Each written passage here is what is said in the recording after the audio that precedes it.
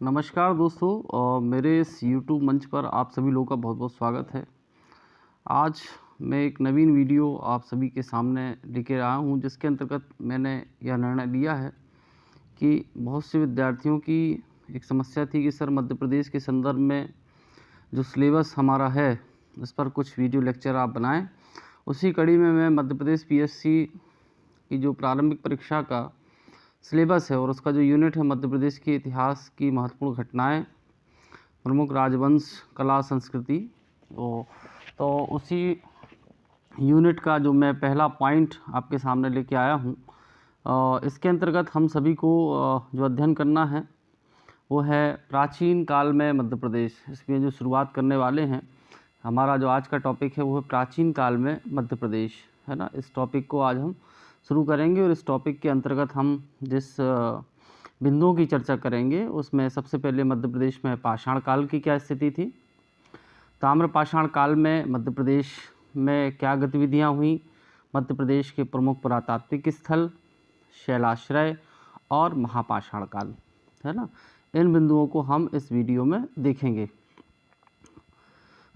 सबसे पहले हम परिचय दें कि भूवैज्ञानिक दृष्टिकोण से अगर देखा जाए तो मध्य प्रदेश जो है वो गोंडवानालैंड भूसंहिता का एक भाग है और ऐसा माना जाता है कि इसकी जो संरचना है वो आद्य महाकल्प में के आसपास पूरी हुई।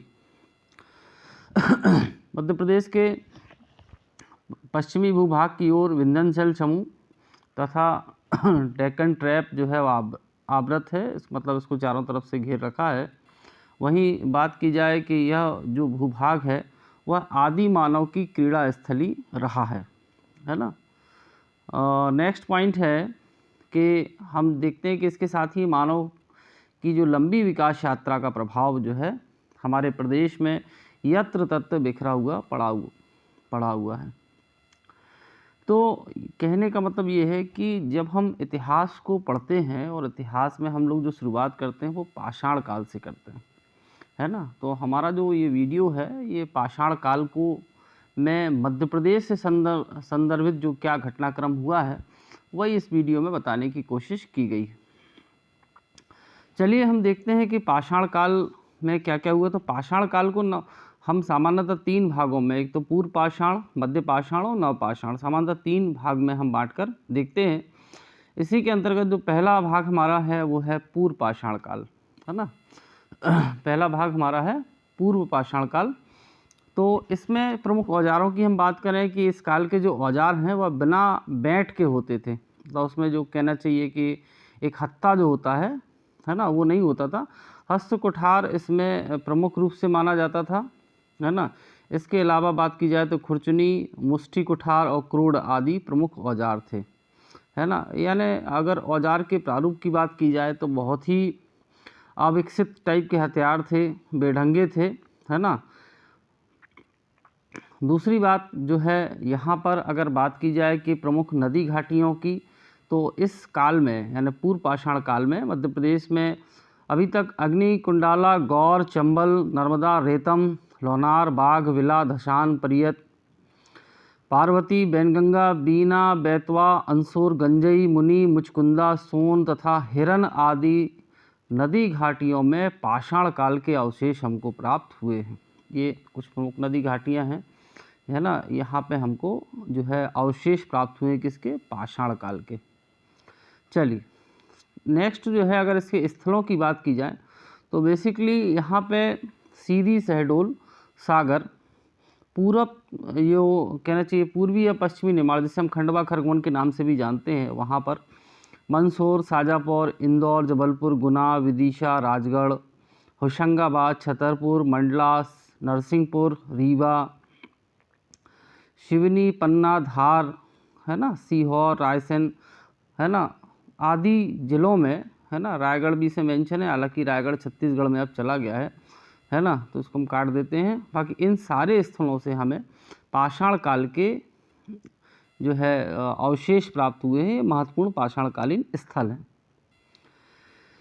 नेक्स्ट अगर हम बात करें तो होशंगाबाद और नरसिंहपुर के मध्य नर्मदा घाटी जो है वहाँ पर हम जीवाश्म प्राप्ति के कारण बड़ी चर्चा रही, है ना। यानी जीवाश्म की प्राप्ति के कारण जो है नर्मदा और नरसिंहपुर और होशंगाबाद के मध्य जो नर्मदा घाटी है इसके कारण प्रसिद्ध रही। और यहाँ पे एक जगह हथनौरा, कौन सी जगह है, ये है हथनौरा, जो कि सीहोर में है ना। यहाँ पर मानव का प्राचीनतम साक्ष्य प्राप्त हुआ है। कौन सी जगह है, हथनौरा। इसको थोड़ा सा सभी लोग नोट कर लें। हथनौरा कई जगह पे होशंगाबाद मिलता है, लेकिन वास्तव में हथनौरा जो है वो सीहोर में है। और यहाँ से मानव का प्राचीनतम साक्ष्य जो है अवशेष का प्राप्त हुआ है। चलिए, प्रागैतिहासिक कला के अंतर्गत देखा जाए तो सोन घाटी से प्राप्त पाषाण पर एक त्रिकोणीय रंगीन मातृ देवी, दूसरा खापारखेड़ा जो कि जिला धार है, वहाँ से हमें शुतुरमुर्ग के अंड कवच पर मनके बनाने की फैक्ट्री, और घोड़ामाड़ा जो कि डिंडोरी है के उत्खनन से खंडित कर्ण आभूषण प्राप्त हुआ है। तो ये प्रागैतिहासिक कला के कुछ उदाहरण हैं जो प्रदेश में मिले हैं। नेक्स्ट हम लोग देखते हैं, अब बात पूर्व पाषाण के बाद आती है मध्य पाषाण की, और उसमें हम सबसे पहले जो चर्चा करने वाले हैं वो है एक बहुत ही महत्वपूर्ण पुरातत्वविद और हमारे मध्य प्रदेश के लिए एक बड़ा ही अच्छा नाम है, जिनका नाम है डॉक्टर विष्णु श्रीधर वाकड़कर, है ना। और इनका जन्म की अगर हम बात करें तो 4 मई 1919 को इनका जन्म हुआ था, 4 मई 1919 को, और 1988 में इनकी डेथ हुई, है ना। मध्य प्रदेश के नीमच में इनका जन्म हुआ था। और ये श्री विष्णु श्रीधर वाकड़कर जो है वो संस्कार भारती से जुड़े हुए थे।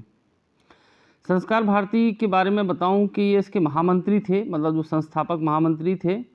ज्ञात हो कि संस्कार भारती संगठन कला एवं साहित्य को समर्पित अखिल भारतीय संगठन है, और इसकी स्थापना चित्रकार बाबा योगेंद्र जी, जिन्हें 2017 में पद्मश्री मिला, ने 1981 में की थी। तो जो संस्कार भारती है ये बड़ा इम्पोर्टेंट है, आ भी सकता है परीक्षा में, संस्कार भारती, है ना। ये संस्कार भारती 1981 में स्थापित हुआ। किसने स्थापित किया इसको स्थापित करने वाले थे योगेंद्र जी, बाबा, ये चित्रकार थे बाबा योगेंद्र जी, और जिनको 2017 में पद्मश्री भी मिला। और इसी संगठन के जो महामंत्री थे वो थे आचार्य विष्णु श्रीधर वाकड़कर। वाकड़कर जी के बारे में बहुत सारी उपलब्धियां हैं, और जिसमें हम लोग भीमबेटका की भी चर्चा करते हैं कि विष्णु श्रीधर वाकड़कर ने जो है भारत के एक महत्वपूर्ण पुरातत्वविद थे, और इन्होंने भोपाल के निकट जो भीमबेटका के प्राचीन शैल चित्र हैं उनका अन्वेषण किया था, है ना। वाकड़कर ने 1956-57 तक मध्य प्रदेश में अनेक शैल चित्र खोजे, और खोज करके एक रॉक शेल्ट्रा ये एक इनके चित्रों का जो है वर्णन है वो है, एक किताब है, एक मिनट इसको मैं मेंशन कर देता हूँ, ये है वो किताब, ये रॉक शेल्ट्रा इन मध्य प्रदेश, है ना। ये इनकी एक किताब का नाम है ना। तो ये काफ़ी इम्पोर्टेंट है। इसके अलावा बात करें कि सरस्वती नदी, जैसे आप लोगों ने सुना होगा सरस्वती नदी के बारे में, है ना, कि जो कि अब लुप्त हो चुकी, गंगा यमुना सरस्वती, जो कि प्रयाग में अपन संगम की बात करते हैं वही सरस्वती नदी।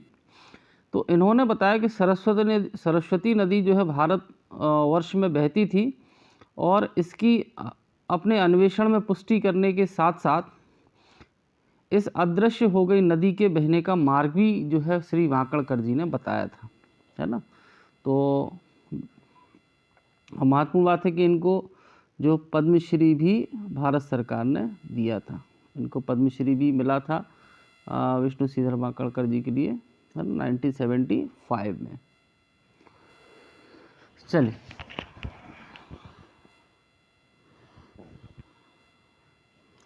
अब मध्य पाषाण की हम शुरुआत करते हैं, है ना।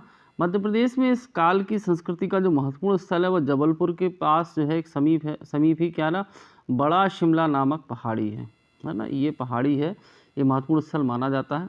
दूसरी बात करें, भीमबेटका शैलाश्रय हैं, जहाँ जहाँ पे गुफाओं में मध्य पाषाण काल के उपकरण भी प्राप्त हुए और भित्ति चित्रांकन यहाँ का विशेष रूप से महत्वपूर्ण है। होशंगाबाद जिले में स्थित ही आदमगढ़ शैलाश्रय, ये तीसरा पॉइंट, यहाँ का जो उत्खनन कार्य है महत्वपूर्ण रूप से वैसे तो आरवी जोशी को इसका श्रेय जाता है ना, और लेकिन मनोरंजन घोष की भी चर्चा यहाँ पे मिलती है, जिन्होंने यहाँ पे अपना उत्खनन कार्य कराया। 1966 में लगभग 25,000 लघु पाषाण उपकरण आदमगढ़ से प्राप्त हुए थे। और महत्वपूर्ण एक बात है कि आदमगढ़ में पशुपालन के प्राचीनतम साक्ष्य प्राप्त हुए, है ना, पशुपालन के प्राचीनतम साक्ष्य। ये कई परीक्षाओं में पूछा गया है, पीएससी में भी आया है और आईएएस की परीक्षा में भी पूछा गया, पशुपालन का प्राचीनतम साक्ष्य, है ना। तो वो है मध्य प्रदेश में आदमगढ़ से प्राप्त हुआ। मतलब राजस्थान के बागौर, दो जगह हैं भारत में, एक राजस्थान में है बागौर, है ना, ये राजस्थान में है, और आदमगढ़ मध्य प्रदेश में, जहाँ से पशुपालन के प्राचीनतम साक्ष्य प्राप्त हुए हैं।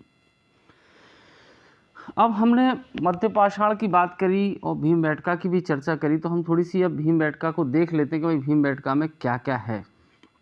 भीमबेटका सभी लोग जानते हैं एक यूनेस्को साइट है, जिसे 2003 में यूनेस्को की विश्व धरोहर सूची में शामिल किया गया था। ये रायसेन जिले के भियापुर गांव के निकट स्थित है ना, अब्दुल्लागंज के भी पास में ये माना जाता है ना।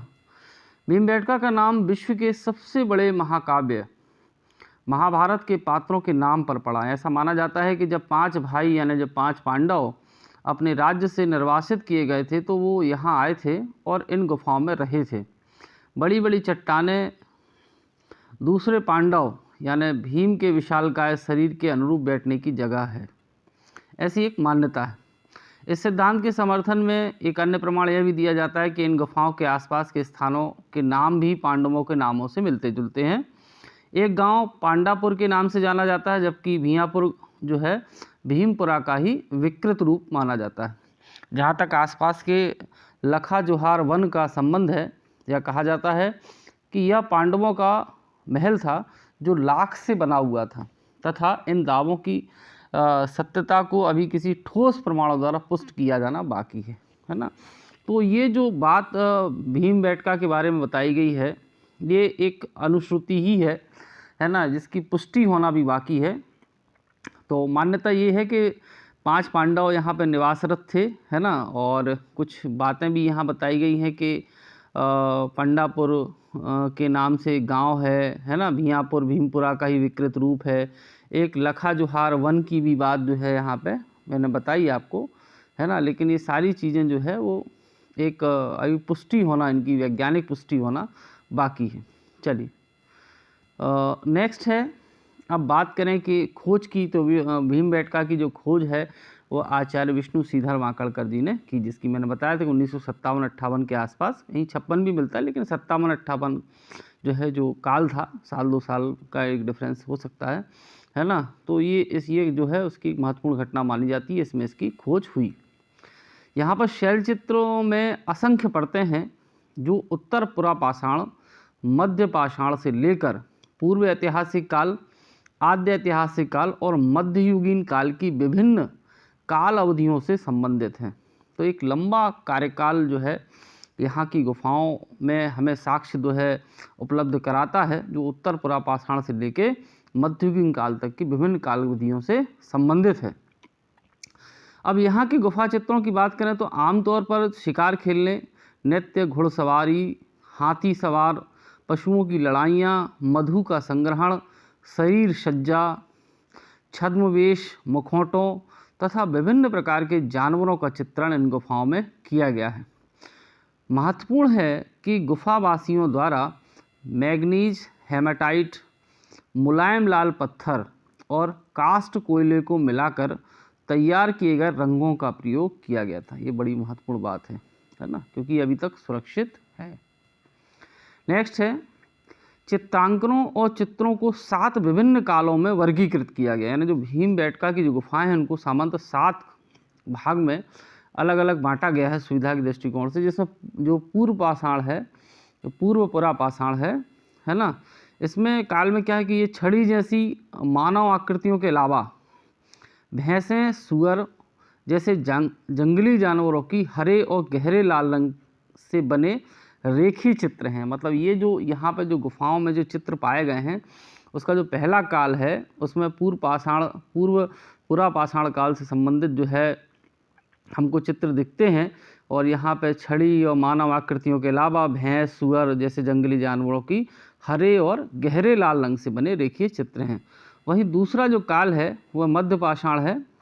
आकार में तो अपेक्षाकृत छोटे, लेकिन इस समूह के रूढ़ शैली में बने चित्र जो है शरीर पर रेखीय अलंकरण दर्शाते हैं।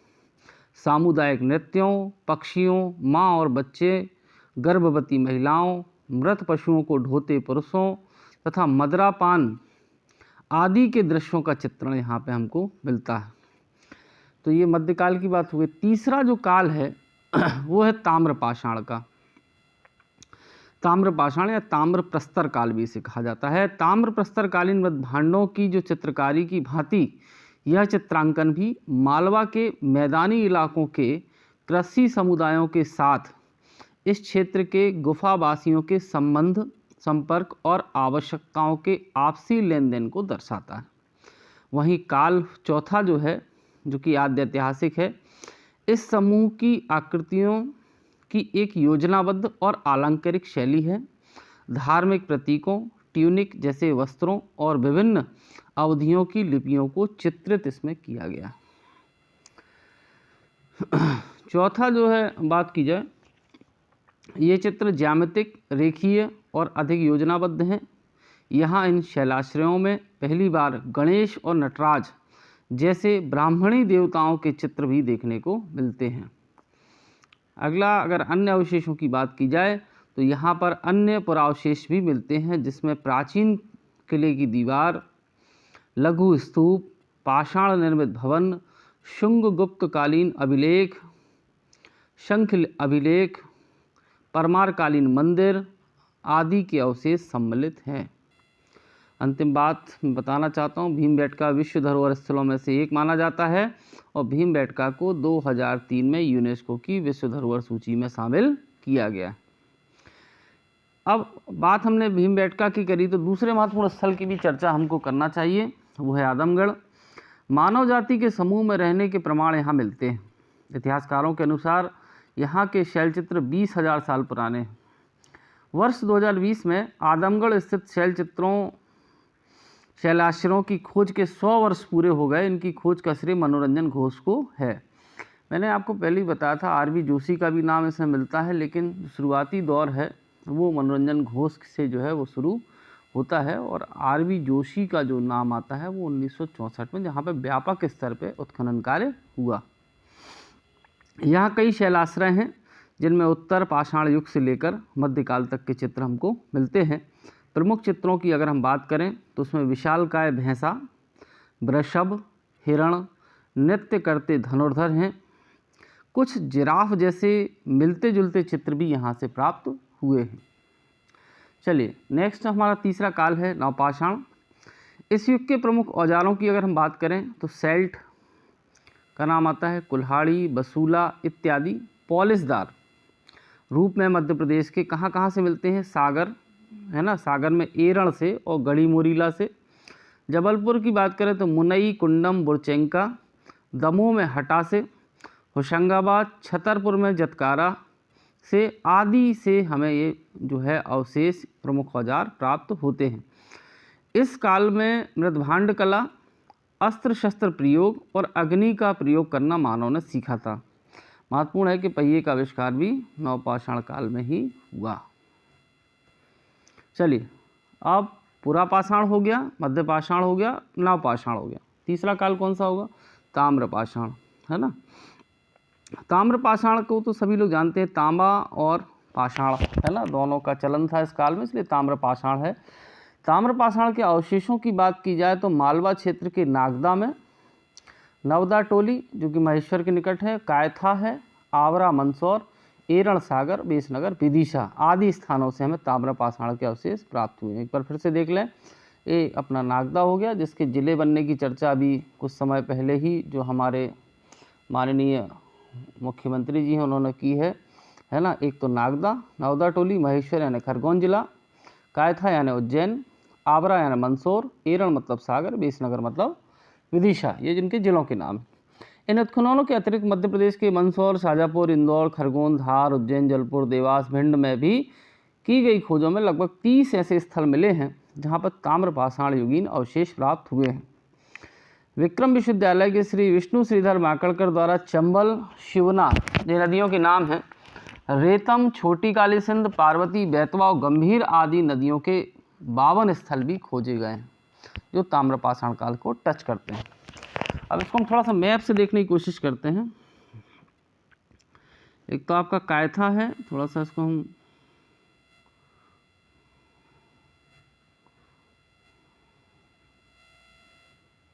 एक मिनट,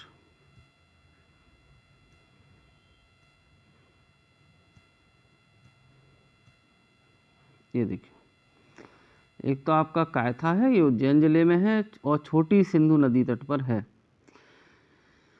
पहली बस्ती थी जिसका अस्तित्व जो है हमें एक टेन्यूर दिया हुआ है, इसमें मिलता है। उसके अलावा मंदसौर में ये आबरा हो गया, है ना, और उज्जैन में डांगवाला भी एक जगह है या डंगवाड़ा जिसे कहा जाता है ना।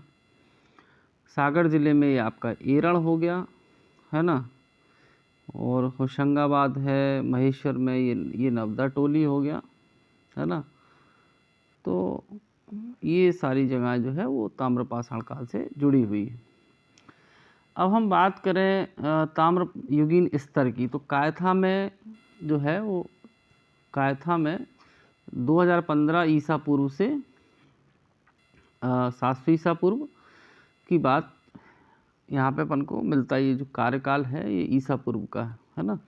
कायथा से मोटे तौर पर अगर बात की जाए तो मजबूत जो ब्राउन स्लिप्ड बेयर नामक मृदभांड पाए जाते हैं। महत्वपूर्ण है कि कायथा से एक विशेष प्रकार का वृषभ मूर्ति भी मिली है ना। कायथा से क्या मिला है? वृषभ मूर्ति मिली है एक विशेष प्रकार की।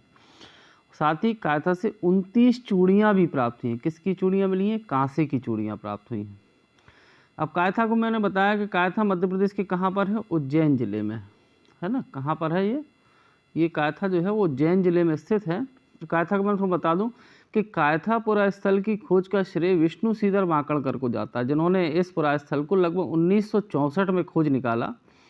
कायथा के टीले पर ताम्रपाषाण युग से लेकर गुहा काल तक के स्तर मिले हैं। कायथा को प्राचीन कपित्थक माना जाता है, जिसका उल्लेख प्रसिद्ध ज्योतिषाचार्य वराहमिहिर ने अपने प्रसिद्ध ग्रंथ बृहद जातक में अपने जन्म स्थान के रूप में किया है ना। तो वराहमिहिर का जो जन्म स्थान है ना, वो कौन सा है? वो आपको है, एक मिनट, तो ये क्या है? ये वराहमिहिर, ये इनका बृहद जातक ग्रंथ, और इन्होंने इसको क्या कहा है? अपना जन्म स्थान बताया इस ग्रंथ में। तो कभी क्वेश्चन आ जाए कि वराहमिहिर का जो जन्म स्थान है वो क्या है, तो आप क्या बताएंगे इसमें? वराहमिहिर का जन्म स्थान है कायथा, है ना। और इसकी चर्चा कहाँ पे की गई है? ये इनका ग्रंथ है बृहद जातक, ये इनका ग्रंथ है बृहद जातक। ठीक है। नेक्स्ट हम बात करें ताम्रपाषाणी पाषाण काल के स्थलों की, तो नवदा टोली आता है और बेसनगर, दो की चर्चा करते हैं। नवदा टोली का जो स्तर है वो 1660 ईसा पूर्व से 1380 ईसा पूर्व माना गया है, और ये महेश्वर से लगभग 1 मील दूर दक्षिण में स्थित है।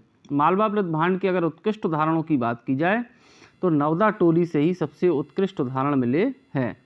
नवदा टोली से एक वृषभ मूर्ति मिली है, और इसके अलावा चंचू युक्त पक्षी की मूर्ति भी यहाँ से मिली है। कौन सी मूर्ति? चंचू युक्त पक्षी की मूर्ति कहाँ से मिली है? नवदा टोली से, है ना।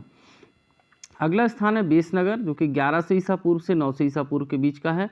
बेसनगर पूर्वी मालवा में स्थित प्राचीन नगर विदिशा का ही आधुनिक नाम है। और सभी लोग जानते हैं कि जब मध्य प्रदेश में या हम इतिहास पढ़ते हैं तो उसमें हम शुंग काल की चर्चा करते हैं। शुंगों का बड़ा महत्वपूर्ण स्थान इन क्षेत्रों में रहा है ना। आगे इसकी हम लोग चर्चा करेंगे। नेक्स्ट है एरण, जिसका जो कार्यकाल माना जाता है 2000 ईसा पूर्व से 700 ईसा पूर्व के बीच में। जनरल कनिंघम ने, ये सागर में है, ये जो है एरण पड़ता है वो सागर है। टेक्निकली बीना के पास है, लेकिन ये जिला जो है वो सागर लगता है ना। चलिए अब एरण की अगर बात की जाए तो जनरल कनिंघम जो थे उन्होंने सर्वप्रथम प्राचीन जो एरीकरण नगर की पहचान जो है वो एरण से की थी।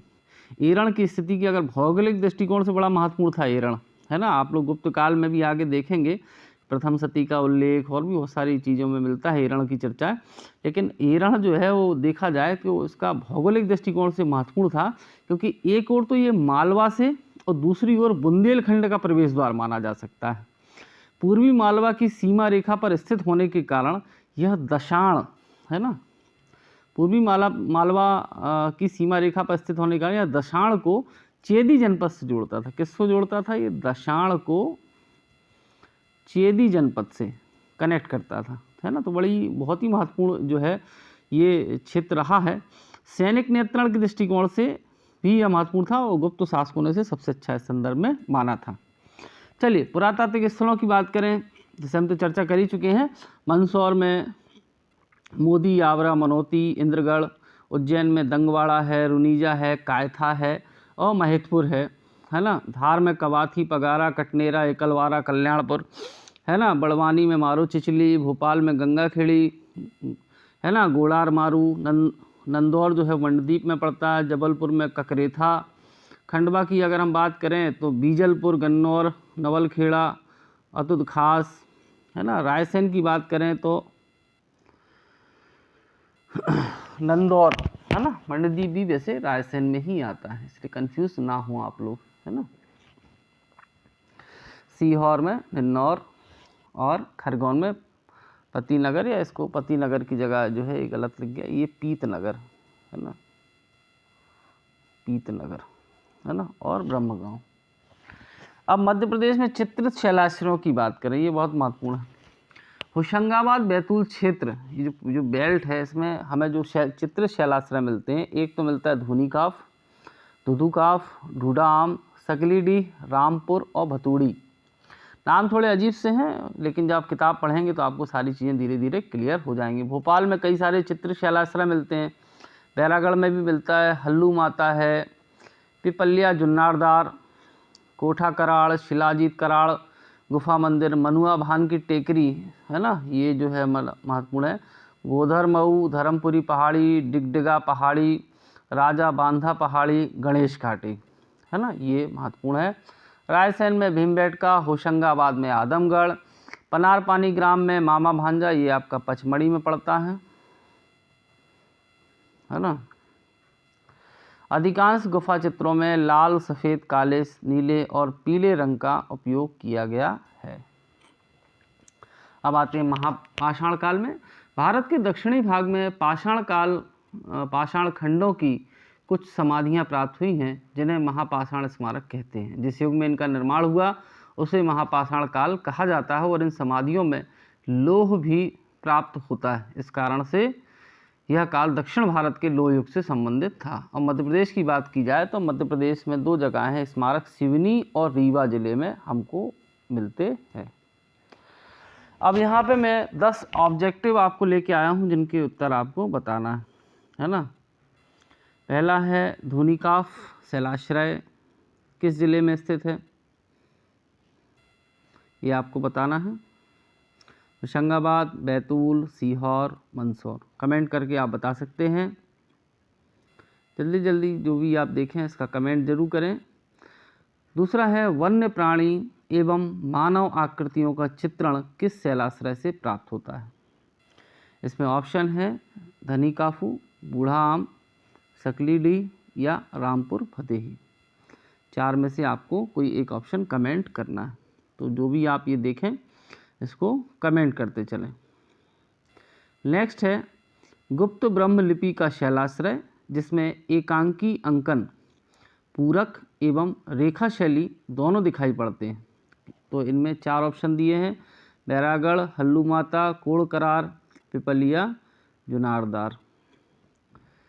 अगला क्वेश्चन है प्रागैतिहासिक, थोड़ा सा प्रागैतिहास होता है, मिसप्रिंट हो गया।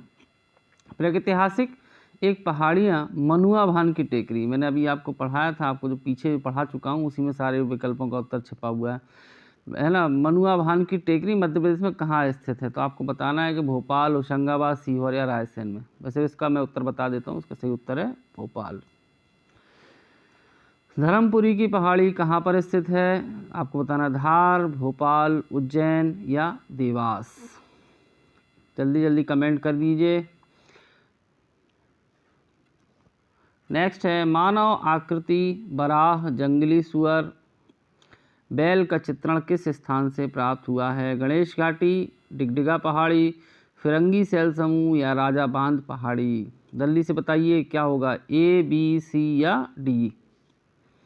नेक्स्ट, कायथापुरा स्थल, मैं आपको बता चुका हूँ कितनी बार, पूरा आपने अगर वीडियो देखा है तो सारे उत्तर आपसे बन जाएंगे। कायथापुरा स्थल में से सामान्य की बात की जाए तो उज्जैन में स्थित है। वैसे मैंने बताया था कि वराह मेहर का क्या है, जन्म स्थल भी माना जाता है। ब्राउन स्प्रेड वेयर, ये भी मैंने आपको बताया था कायथा में। कुछ उत्तर तो मैं ही बता दूंगा आपको, लेकिन कुछ में आप लोग को मेहनत करनी चाहिए। मध्य पाषाण काल में मध्य प्रदेश की संस्कृति का प्रमुख स्थल आदमगढ़, मैंने आपको बताया था, इसके बारे में डिटेल में पहले बता चुका हूँ। और निम्न में से कहाँ से पुरा पाषाण काल के साक्ष्य मिले हैं? तो इसका उत्तर है सभी। चलिए, ये से ऑब्जेक्टिव इनके सारे उत्तर। और आप लोग मुझे ज़रूर बताइएगा मेरा ये वीडियो और मेरा ये प्रयास कैसा आप सभी लोगों को लगा, है ना। अगर आपको अच्छा लगे तो कमेंट आप लोग ज़रूर करें, क्योंकि ये सारी चीज़ें मुझे प्रोत्साहन देंगी मध्य प्रदेश के इतिहास, कला, संस्कृति के लिए और MPGK के लिए। ये किताब है, इसका नाम है तथ्यात्मक मध्य प्रदेश।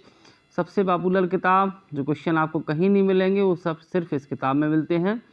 और दूसरी किताब जो है मध्य प्रदेश इतिहास, कला और संस्कृति, ये दोनों किताबें इस यूनिट और MPGK के लिए बेस्ट बुक हैं, है ना। तो आशा है मेरा ये वीडियो आपको पसंद आया होगा। और अगर आपको लगता है कि मुझे जो है आप लोगों को प्रोत्साहन देना चाहिए, तो आप लोग जो है कमेंट जो है ज़रूर करके दिखाएं, है ना। और है ना, सभी के लिए बहुत बहुत धन्यवाद और शुभकामनाएं। और मैं आपको बताना चाहता हूँ कि बहुत जल्दी ही हमारी टेस्ट सीरीज भी शुरू होने वाली है।